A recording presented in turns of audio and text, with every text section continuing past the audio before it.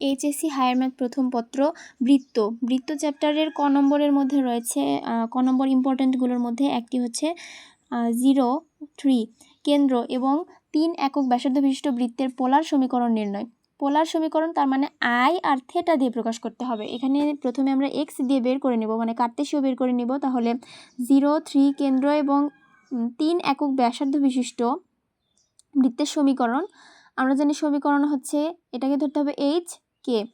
তাহলে X minus H whole square plus Y minus K, K এর মান হচ্ছে 3 whole square is equal R square. R মানে হচ্ছে ব্যাসার্ধ 3-এর উপরে স্কোয়ার আর স্কোয়ার। তারপর এটাকে ক্যালকুলেশন করতে হবে, এটা এ মাইনাস বি হোল স্কোয়ার, এ মাইনাস বি হোল স্কোয়ারের সূত্রে বসানোর পরে এটা আসবে। তারপরে এটাকে বাম পাশে নিয়ে ডান পাশেটা বাম পাশে নিয়ে আসতে হবে। তারপরে আমরা জানি X is equal R cos theta, Y is equal R sine theta, X square plus Y square is equal R square.